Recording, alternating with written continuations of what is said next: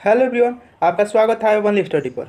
आज हम पढ़ने वाले हैं पैरामेडिकल के लिए बायोलॉजी का यह चौथा वीडियो होगा। ठीक है, आज हम पढ़ने वाले हैं जीवाणु एवं माइकोप्लाज्मा। ये थोड़ा लंबा वीडियो हो सकता है क्योंकि इसमें 106 क्वेश्चंस लिया गया है, जो क्वेश्चन जीवाणु और प्लाज्मा दोनों से संबंधित है। ये वीडियो लंबा हो जाएगा क्योंकि ये जीवाणु के बारे में भी आपको पढ़ना होगा और प्लाज्मा के बारे में भी। इसमें जितने भी क्वेश्चन हो सकते हैं टॉप इंपॉर्टेंट क्वेश्चन ही लिया गया है। 106 से भी ज़्यादा क्वेश्चन सब है मेरे पास, लेकिन उनमें से 106 क्वेश्चन को ही मैं सेलेक्ट किया हूँ। और इसके अलावा 2-3 वीडियो आ चुका है, तो एक वीडियो विषाणु से संबंधित जितने क्वेश्चन आ सकते हैं उसको भी कवर कर लिया गया है। और दूसरा आपका ये हो गया कोशिका जीवन की मौलिक इकाई से संबंधित भी 60-65 क्वेश्चन दोनों वीडियो में कर दिया गया है। नहीं देखे हैं तो आई बटन में आपको मिल जाएगा, वहाँ से जाकर देख सकते हैं। तो चलिए शुरू करते हैं पहला क्वेश्चन। चलिए शुरू करते हैं। थोड़ा मैं नीचा ले लिया था इसलिए अब मुझे आना पड़ेगा। चलिए शुरू करते हैं। क्वेश्चंस क्या है, पहला क्वेश्चन क्या है, देखिए किस वर्ग के सदस्यों में सामान्यतः अलैंगिक प्रजनन पाया जाता है। अब किस वर्ग में पाया जाता है अलैंगिक जनन, तो वो पाया जाता है ऑप्शन नंबर डी, सभी में। जितने भी 3 आपको दिख रहा है, यूबैक्टीरिया, साइनोबैक्टीरिया, कार्बोबैक्टीरिया, यह तीनों में आपको अलैंगिक प्रजनन पाया जाता है। तो अपने से क्वेश्चन बनाते रहिएगा, मैं बताऊं आंसर उससे पहले अपने आंसर को ठीक कर लीजिएगा, कॉपी में लिख लीजिएगा कितना सही हुआ। यह वीडियो के अंत में बताइएगा आप 106 में कितना है। या आप ऐसे भी ना करिएगा तो वीडियो को 2 से 3 बार देखिएगा, आपको हमेशा के लिए सारे क्वेश्चन याद हो जाएंगे इस चैप्टर से। और एग्ज़ाम तो नज़दीक आते जा रहा है, अभी डेट जारी नहीं किया लेकिन तुरंत जारी करेगा, तो पढ़ना शुरू कर दीजिए। क्योंकि इसलिए मैं एक चैप्टर से ही एक वीडियो में एक चैप्टर को कवर कर रहा हूँ, क्योंकि जल्दी जल्दी हो। अभी 106 को मैं चाहता तो एक ही वीडियो इसको 3-4 पार्ट कर देता 20-20 करके, लेकिन मैं एक ही वीडियो में ला रहा हूँ। यह सिर्फ आप लोगों के लिए ही। तो अच्छा लग रहा है तो लाइक करिएगा, सब्सक्राइब जरूर करिएगा, नए हैं तो अपने दोस्तों के पास शेयर जरूर करिएगा। और क्वेश्चंस मैं लाऊंगा तुरंत आपको। फिजिक्स केमिस्ट्री बायो तो चल रहा है, फिजिक्स केमिस्ट्री का भी लाऊंगा। इंग्लिश का भी 3 वीडियो डाल दिया हूँ, नहीं देखें तो उसका भी आई बटन में मिल जाएगा। तो चलिए शुरू करते हैं। दूसरा नंबर क्या है, एनाबीना है एक। अब क्या है एनाबीना, तो वो है ऑप्शन नंबर डी, साइनोबैक्टीरिया। ठीक, एनाबीना क्या है, एक साइनोबैक्टीरिया है। 3 नंबर, निम्न में से किसे नीली हरी शैवाल भी कहते हैं। अब किसे नीली हरी शैवाल कहते हैं, तब वह कहते हैं ऑप्शन नंबर डी, साइनोबैक्टीरिया को नीली हरी शैवाल। जो ना होता है काई, जो होता है ना, पानी लग जाता है तो काई ना दिखते हैं हरा हरा, तो उसी को हम बोलते हैं नीली हरी शैवाल। ये समुद्र के नीचे भी, सबसे नीचे भी होता है नीली हरी शैवाल, उसे साइनोबैक्टीरिया कहते हैं। चलिए 4 नंबर, मैं तेज में भी खींचूंगा क्योंकि बहुत ज़्यादा क्वेश्चन है। चलिए निम्नलिखित में से कौन सा जीवधारी सबसे सूक्ष्म होता है। अब कौन सा सबसे ज़्यादा जीवधारी सूक्ष्म होता है, वो होता है जीवाणु। क्या होता है, जीवाणु सबसे सूक्ष्म जीवधारी है। चलिए 5 नंबर, जीव जिसमें हरित लवक नहीं होता किंतु प्रकाश संश्लेषण कर सकता है, ऐसे जीव निम्न में से कौन से हैं। तो कौन से हैं, देखिए जीवाणु पढ़ रहे हैं तो ऑप्शन ज़्यादातर आपको जीवाणु ही आंसर आएंगे। तो जीवाणु में नील हरित नहीं पाए जाते, फिर भी वो प्रकाश संश्लेषण करता है। और यह क्या है, जब प्रकाश संश्लेषण कर रहा है मतलब खुद से भोजन बना रहा है, मतलब स्वपोषी है। और विषाणु क्या था, परपोषी था।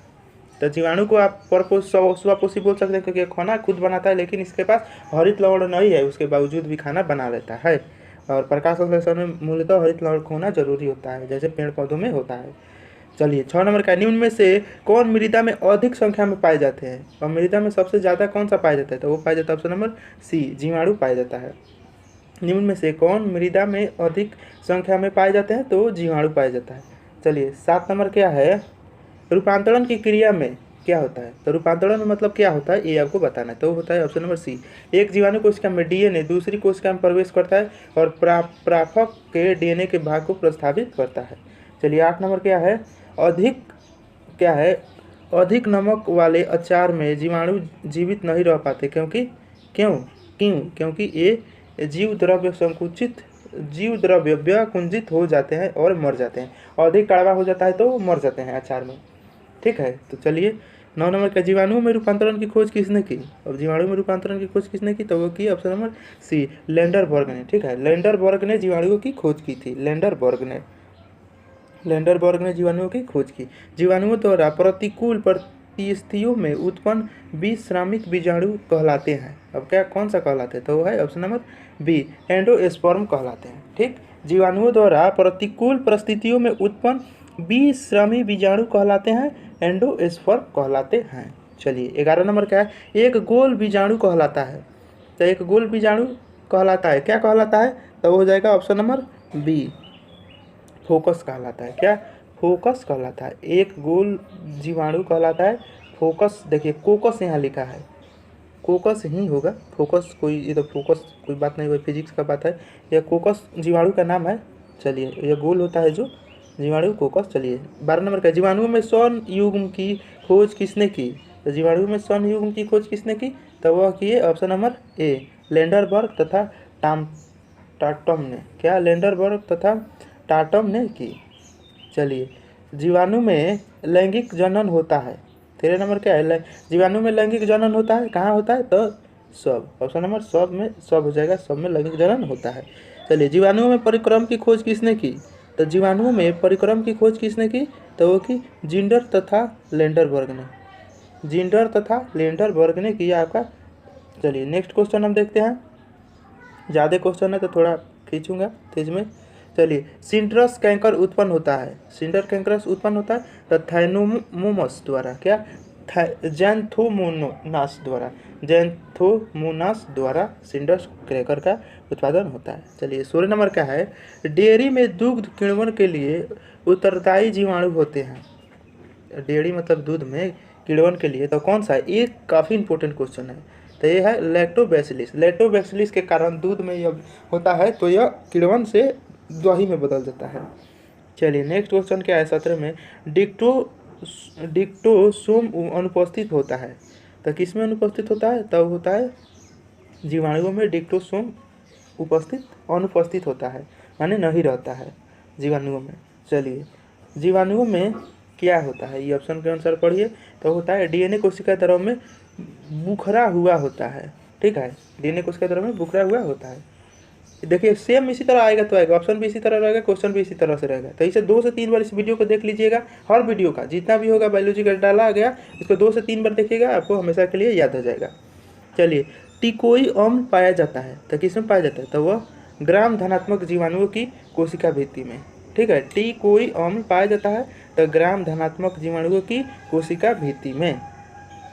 चलिए 20 नंबर क्या है, जीवाणुओं में केंद्रीय पदार्थ होता है। तो जीवाणुओं में केंद्रीय पदार्थ होता है, तो क्या है ऑप्शन नंबर ए, केवल न्यूक्लिक अम्ल में केंद्रीय पदार्थ होता है। माइटोकॉन्ड्रिया अनुपस्थित होते हैं, किसमें माइटोकॉन्ड्रिया अनुपस्थित होता है, मतलब नहीं रहता है, तो जीवाणु में। और माइटोकॉन्ड्रिया को क्या कहते हैं, कोशिका का ऊर्जा ग्रह, और जीवाणु में यह होता ही नहीं है, तो इस बात को ध्यान रखिएगा। चलिए 22 नंबर क्या है, अल्कोहल से सिरके का निर्माण होता है। तो कौन सा है ऑप्शन देखिए, तो हो जाएगा ऑप्शन नंबर डी, एसीटोटोबैक्टर एसीटाइट द्वारा अल्कोहल से सिरके का निर्माण होता है। चलिए 23 नंबर, नाइट्रोजन का स्थिरीकरण करने वाला जीवाणु है, कौन सा है, तो हो जाएगा ऑप्शन नंबर बी, राइजोबियम। ठीक है, राइजोबियम से नाइट्रस का स्थिरीकरण से जीवाणु होता है, राइजोबियम से। चलिए जीवाणु जनित राइबोसोम पाया जाता है, किसमें पाया जाता है, तो हो जाएगा आपका 24 का ऑप्शन नंबर सी, कोशिका द्रव्य में। ठीक है, कोशिका द्रव्य में राइबोसोम होता है। राइबोसोम को क्या बोलते हैं, प्रोटीन फैक्ट्री, और लाइसोसोम को आत्मघात के थैली, और राइबोसोम किस में होता है, माइटोकॉन्ड्रिया में। चलिए अब अभी मैं क्या बताया था, किसमें माइटोकॉन्ड्रिया नहीं पाया जाता है, तो वो जीवाणु में नहीं पाया जाता है। लेकिन कुछ जीवाणु जो है जैसे कोशिका द्रव जिसमें राइबोसोम होता है, और राइबोसोम जीव द्रव में माइटोकॉन्ड्रिया में होता है, तो कुछ अपवाद भी होते हैं। चलिए 25 नंबर क्या है, ट्रिपल एंटीजन होता है। तो ट्रिपल एंटीजन कहाँ पर होता है, तो हो जाएगा 25 का सी, टिटनेस, कुकर खांसी और डिप्थीरिया के विरुद्ध टीका। इसीलिए ट्रिपल एंटी माने 3 रोग के विरुद्ध वाला सिरिंज दिया जाता है। यह सिरिंज दिया जाएगा तो टिटनेस, कुकुर खांसी, डिप्थीरिया ये रोग को जीवाणु जो होगा उसको मार देगा, इसीलिए इसका नाम ट्रिपल एंटीजन है। चलिए 26 नंबर, निम्न में से कौन CO2 का स्थिरीकरण कार्बोहाइड्रेट्स में करते हैं, तो वो हो जाएंगे आपके 26 के बी, क्या, रोडोएस्माइरिलीज। क्या, रोडोएस्माइरिलीज। चलिए 27 नंबर क्या है, जीवाणुओं की खोज सर्वप्रथम की। तो किसने की जीवाणुओं की खोज सर्वप्रथम, तो वो की ऑप्शन नंबर ए, एबी लीवेनहॉक ने। ठीक है, जीवाणुओं की खोज लीवेनहॉक, डायरेक्ट याद रखिएगा, जीवाणु की खोज लीवेनहॉक। चलिए नेक्स्ट क्वेश्चन, निम्न में कौन सा कथन सत्य है, तो कौन सा कथन सत्य है? तो हो जाएगा ऑप्शन नंबर सी, अधिकांश जीवाणु परपोषी होते हैं किंतु कुछ स्वपोषी भी होते हैं। ठीक है, परपोषी मतलब दूसरे पर निर्भर, लेकिन जीवाणु के कुछ जो होता है वह स्वपोषी भी होता है। जैसे कि वो वाला आ जाएगा जिसके पास हरित लौक नहीं होता है फिर भी प्रकाश संश्लेषण करता है, वह जीवाणु स्वपोषी के अंडर में आएगा। चलिए 29 नंबर क्या है? जीवाणुओं को पौधे माना गया है क्योंकि ये इसमें क्या करते हैं? तो इसमें क्या होता है कि ऑप्शन नंबर बी, कठोर कोशिका भित्ति। पौधा क्यों माना गया? क्योंकि पौधा जो होता है स्थिर होता है, कठोर होता है, लेकिन फिर भी वो वृद्धि करता है, अपना जनन प्रजनन ये सब करता है। और ये ठीक उसी तरह जीवाणु भी ये ऐसा करता है। तो ऑप्शन नंबर बी आपका हो जाएगा। चलिए 30 नंबर क्या है? नाइट्रिकारी जीवाणु बदलते हैं। तो नाइट्रिकारी जीवाणु किसमें बदलते हैं? तो हो जाएगा ऑप्शन नंबर बी, अमोनिया अथवा अमोनियम यौगिकों को नाइट्रेटस में। चलिए 31 नंबर क्या है? जीवाणु तथा ईस्ट किस लक्षण में समान नहीं होते? किस में समान नहीं होते? तो हो जाएगा ऑप्शन नंबर सी, दोनों प्रोकैरियोटिक में होते हैं इस तरह के गुण। चलिए नेक्स्ट क्वेश्चन क्या दिया है? 32 नंबर, सबसे छोटे जीवाणु होते हैं लगभग। अब सबसे छोटा जीवाणु का मतलब ये साइज बता रहा है, आकार कितने आकार का होता है। तो वो होता है आपका ऑप्शन नंबर ए, 0.5 या म्यू पढ़ा जाता है इसको, यू जैसा नहीं, इसे म्यू पढ़ते हैं, 0.5 म्यू के बराबर। चलिए 33 नंबर, जीवाणुओं को आदिम जीवधारी माना गया है क्योंकि इनमें क्या होता है? तो इनमें होता है ऑप्शन नंबर ए, प्रारंभिक केंद्रक होता है। देखिए आप लोग के लिए इतना मेहनत किया जा रहा है तो चैनल को सब्सक्राइब जरूर करिएगा और लाइक तो जरूर करिएगा। सब्सक्राइब और नए हो तो लाइक सब्सक्राइब दोनों करिएगा और शेयर भी करिएगा। अपने दोस्तों के पास शेयर करिए, सिर्फ आप ही पढ़ कर न रह जाइए और उन्हें भी इस चैनल के बारे में बताइए और वो भी पढ़े और इसे सब्सक्राइब करें, क्योंकि हम जल्द ही 1000 सब्सक्राइबर के पास पहुंचने वाले हैं। तो आप लोग थोड़ा मेहनत करिए, अपने उंगली को थोड़ा सा मेहनत कराइए और शेयर कराइए और अपने दोस्तों से सब्सक्राइब कराइए। जब मैं आप लोग के लिए इतना मेहनत कर रहा हूँ तो आप लोग भी थोड़ा सा कर ही सकते हैं। तो चलिए 34 नंबर देखते हैं। रेशों की अपलगन में जीवाणुओं की प्रमुख भूमिका होती है। तो कौन सी होती है? तो 34 का ऑप्शन नंबर बी, कोशिकाओं को परस्पर बांधने वाले पेक्टिकस पदार्थों का जलीय अपघटन से। चलिए 35 नंबर क्या है? निम्न में से कौन सा सहजीवी जीवाणु है? तो निम्न में से कौन सा सहजीवी जीवाणु है? तो वो है आपके 35 के सी, राइजोबियम। ठीक है, राइजोबियम है सहजीवी जीवाणु। चलिए नेक्स्ट क्वेश्चन, नेक्स्ट होगा, इनमें से कौन सा रसायन स्वपोषी जीवाणु है? और कौन सा रसायन स्वपोषी जीवाणु है? तो हो जाएगा ऑप्शन नंबर ए, नाइट्रोडोसोनास। क्या? Nitrosomonas, option number A. चलिए 37 नंबर क्या है? जो जीवाणु सीधे वायुमंडलीय नाइट्रोजन को नाइट्रोजन के यौगिक में बदलते हैं क्या कहलाते हैं? तब वह कहलाते हैं नाइट्रोजन स्थिरीकरण जीवाणु। चलिए 38 नंबर, वे जीवाणु जो कुछ पादप जड़ों के सहयोग में वायुमंडलीय नाइट्रोजन का स्थिरीकरण करते हैं कहलाते हैं। तो क्या कहलाते हैं? तो ऑप्शन नंबर ए, राइजोबियम कहलाते हैं। अगर पढ़े होंगे पूरा डिटेल में इसके थ्योरी तो ये समझ में आ ही रहा होगा आप सबको। चलिए 39 नंबर, बैक्टीरिया तथा साइनोबैक्टीरिया के बीच समानता होती है। तो होती है ऑप्शन नंबर ए, न्यूक्लियोटाइड्स की उपस्थिति में। देखिए थ्योरी नहीं पढ़े हुए होंगे तो आप इस वीडियो को जरूर 2 से 3 बार देखिएगा, क्योंकि 2 से 3 बार देखिएगा और क्वेश्चन आपको याद हो जाएगा। और थ्योरी पढ़े होंगे तो आपको एक ही बार में याद हो जाएगा, लेकिन और ज़्यादा ठीक कंठोस होने के लिए 2 से 3 बार जरूर देखिएगा। चलिए 40 नंबर, जीवाणुओं की कोशिका भित्ति बनी होती है। तो किसकी बनी होती है? तो वह बनी होती है ऑप्शन नंबर ए, पेप्टाइडाइस डोग्लोलाइकेन,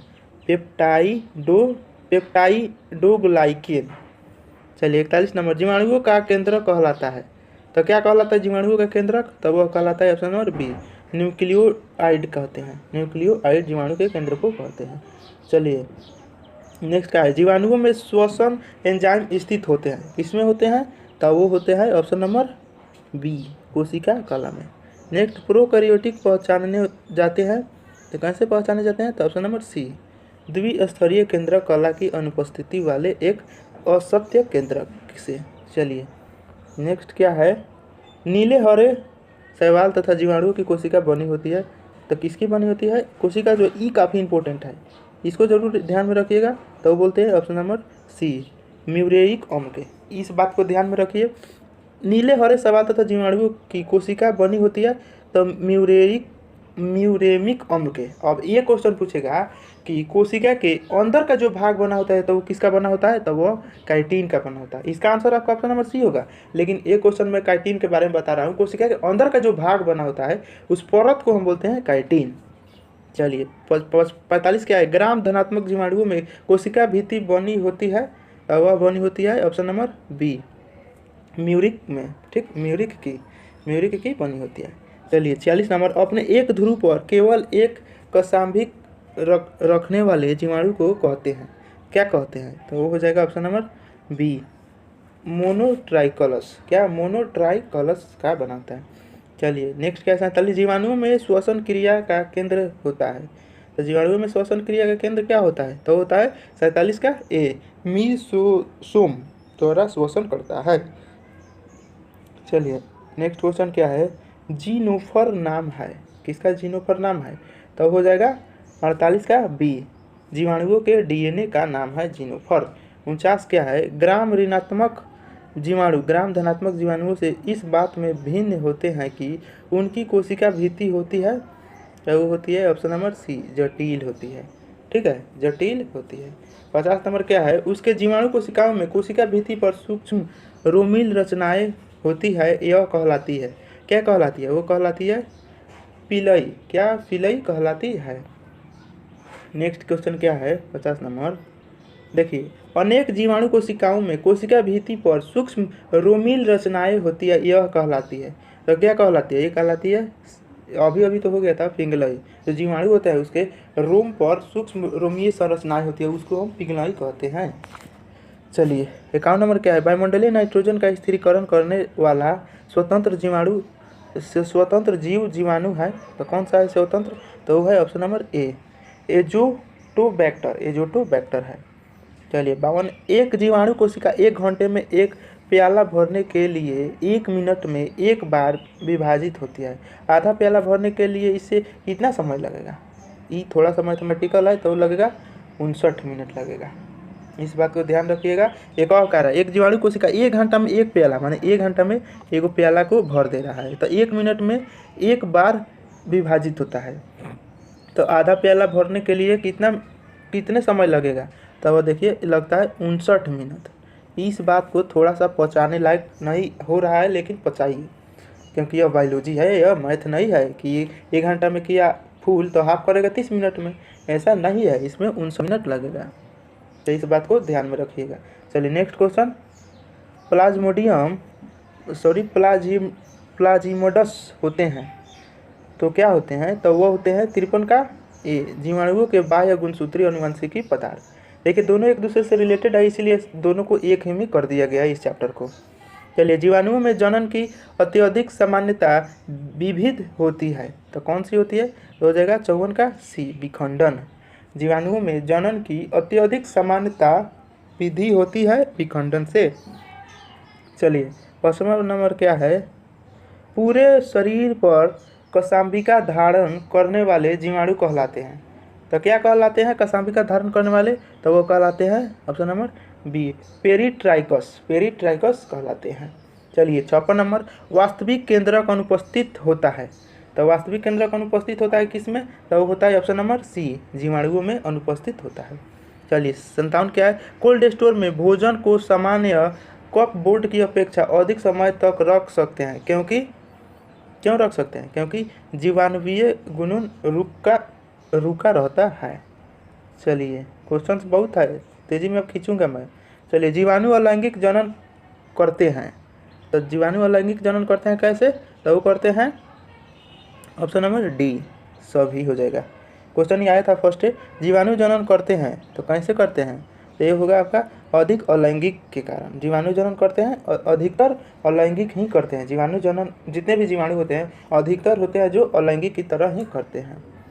चलिए, अलैंगिक का मतलब है कि खुद से खुद पैदा करना, लैंगिक का मतलब 2 आदमी का होना जरूरी, जैसे कि मनुष्य, जैसे मेल पुरुष मिलकर एगो जन्म देता है ना, तो इसे लैंगिक बोलते हैं। अलैंगिक में क्या होता है कि जीवाणु वह खुद ही अपने आप से एक बीज से टूटकर दूसरा बीज बन जाता है, तो वह अलैंगिक एक श्रेणी में आता है। चलिए 60 नंबर क्या है,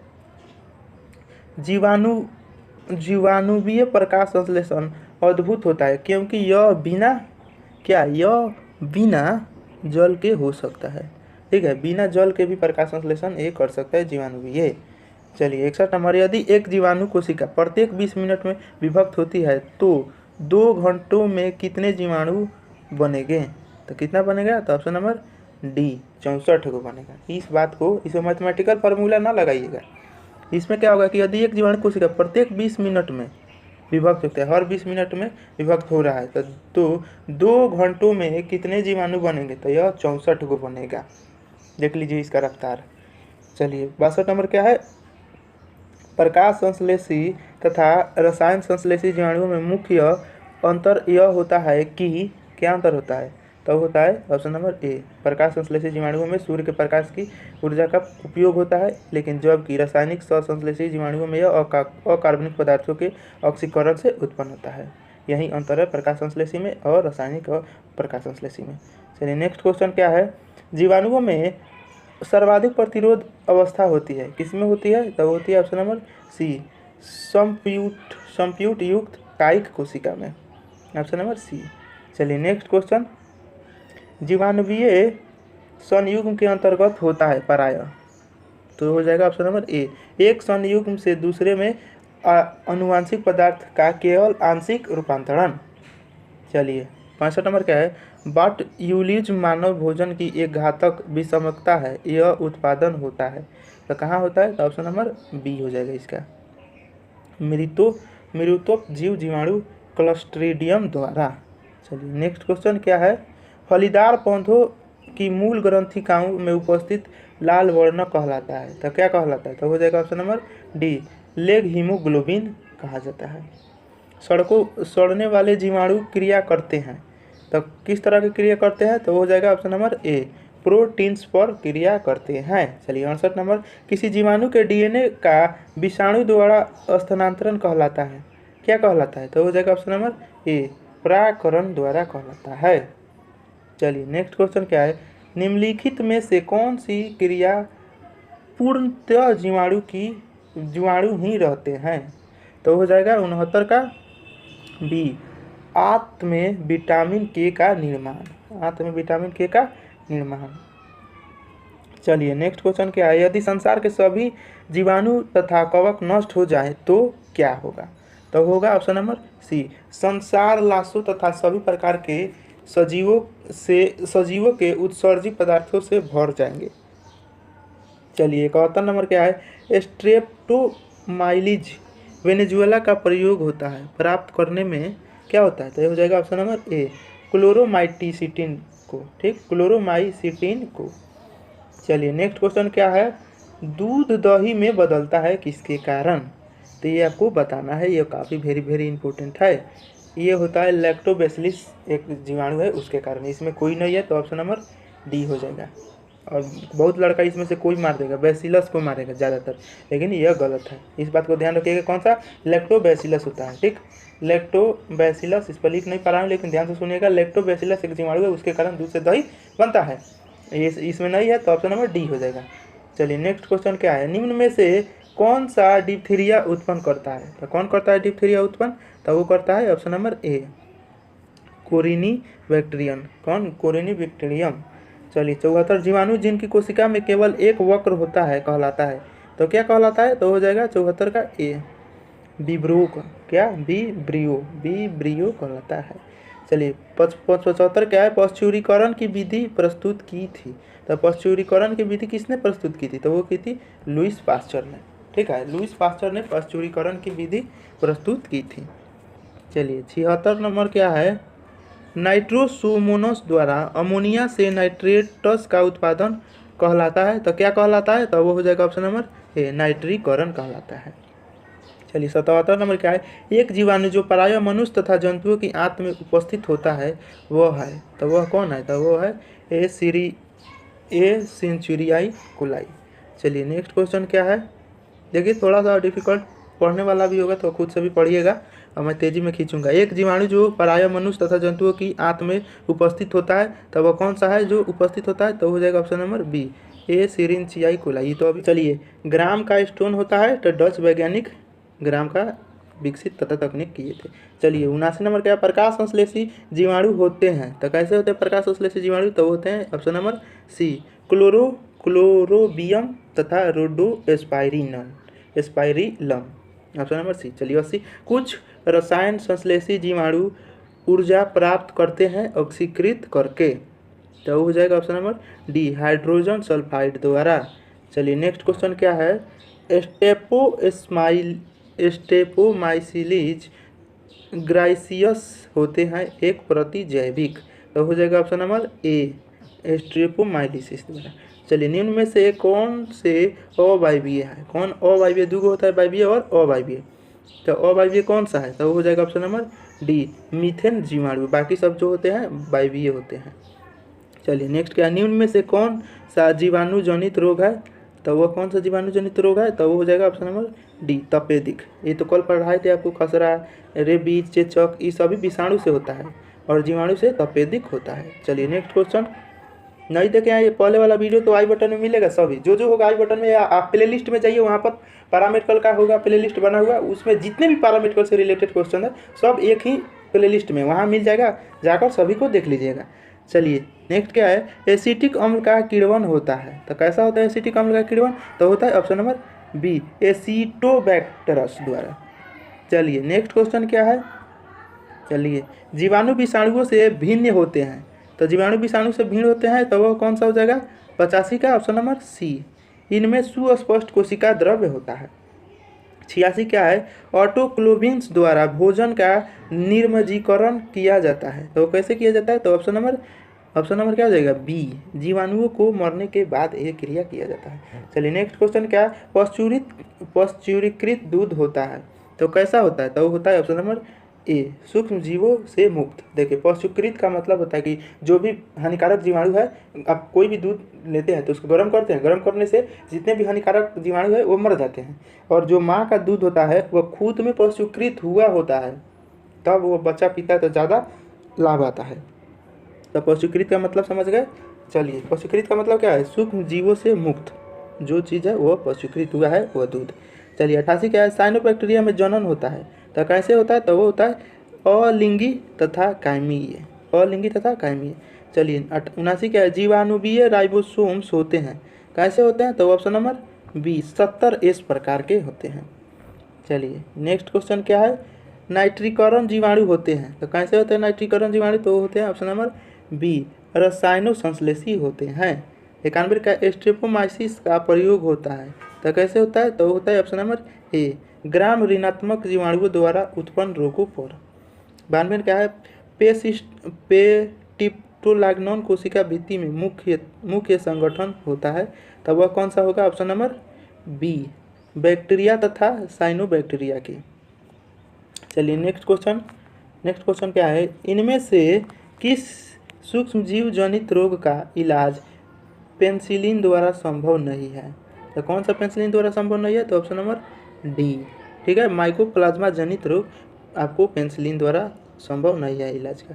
चलिए 94 का, टेट्रासाइक्लिन नामक प्रतिजीवी माइकोप्लाज्मा को प्रभावित करती है, क्यों प्रभावित करती है, क्योंकि वो हो जाएगा ऑप्शन नंबर डी, क्योंकि यह उपाचीय क्रियाओं को प्रभावित करता है। चलिए 95 क्या है, बहुरूप प्राप्त पाई जाती है, तो बहुरूपता पाई जाती है कहाँ पर, तो वो पाई जाती है माइकोप्लाज्मा में, माइकोप्लाज्मा में बहुरूपी पता पाया जाता है। चलिए नेक्स्ट क्वेश्चन, इनमें से किसमें डीएनए तथा आरएनए दोनों पाए जाते हैं, तो किसमें पाए जाते हैं, तो वो पाए जाते हैं ऑप्शन नंबर डी, पहले डीएनए, हाँ माइकोप्लाज्मा में ही आपको 96 हो गया, 96 का डीएनए आरएनए दोनों माइकोप्लाज्मा में ही पाया जाता है, जैसे व्हाइट ब्लड भी कहते हैं, माइकोप्लाज्मा ही किसी भी रोग से लड़ता है, तो इसे आर्मी भी बोलते हैं हम लोग, ठीक है। चलिए नेक्स्ट क्वेश्चन 97, किस सूक्ष्म जीव को पादप जगत का जोकर कहा जाता है, तो पादप जगत का जोकर किसे कहा जाता है, तो माइकोप्लाज्मा को। चलिए 98 नंबर, फली का कुर्सीचम रोग उत्पन्न होता है, तो हो जाएगा 98 का डी, माइकोप्लाज्मा। बैगन का लघु पर्ण रोग उत्पन्न होता है, तो कैसे कहाँ पर होता है, तो होता है ऑप्शन नंबर बी, माइकोप्लाज्मा द्वारा ही बैगन में लघु पर्ण रोग उत्पन्न होता है। माइकोप्लाज्मा के अति सूक्ष्म मंडल कहलाते हैं, क्या कहलाते हैं, तो ऑप्शन नंबर हो जाएगा आपका बी, टी ट्रेन कहलाता है। ठीक है, टी ट्रेन माइकोप्लाज्मा के अति सूक्ष्म मंडल कहलाता है। चलिए नेक्स्ट क्वेश्चन, बस खत्म है, धीरज रखिए। क्या माइकोप्लाज्मा है तो क्या है माइकोप्लाज्मा, तो वो है आपका ग्राम ऋणात्मक है। माइकोप्लाज्मा में जनन होता है तो किस तरह से जनन होता है, तो होता है उपरोक्त सभी देखिए, मुकुलन द्वारा भी होता है, द्विखंडन द्वारा भी होता है और प्राथमिक रचनाओं द्वारा भी माइकोप्लाज्मा में प्रजनन होता है। चलिए नेक्स्ट क्या है, माइकोप्लाज्मा का लक्षण नहीं है, इनमें से कौन सा उसका लक्षण नहीं है, तो वह ऑप्शन नंबर इनमें 60 राइबोसोम जो है, एक बात गलत है, 70 राइबोसोम पाया जाता है, 80 नहीं पाया जाता, बाकी सब सही है। चलिए नेक्स्ट क्वेश्चन, बस खत्म है अब। माइकोप्लाज्मा की अति सूक्ष्म मंडलों की वृद्धि हेतु आवश्यकता होती है, तो क्या होती है, तो ऑप्शन नंबर सी, ए और बी दोनों। चलिए 105 नंबर क्या है, माइकोप्लाज्मा में पाया जाता है, तो पाया जाता है ऑप्शन नंबर डी, द्विकुंडलित डीएनए तथा प्रारंभिक केंद्रित और 70 राइबोसोम। अभी बोले थे ना 70 राइबोसोम होता है, 80 नहीं होता है।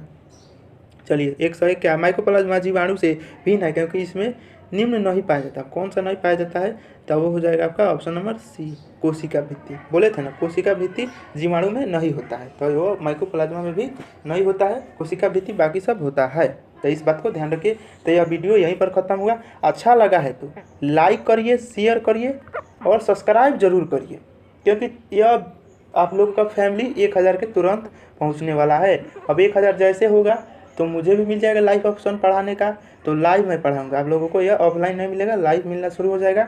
तो कर दीजिए सब्सक्राइब नहीं है तो, और अपने दोस्तों से भी ज़रूर करवाइए, तुरंत पहुँचवाइए 1000 के पास। जब मैं आप लोगों के लिए इतना मेहनत कर रहा हूँ तो आप लोग थोड़ा सा तो कर ही कर सकते हैं। तो मिलते हैं अगले वीडियो में। Thanks for watching my video.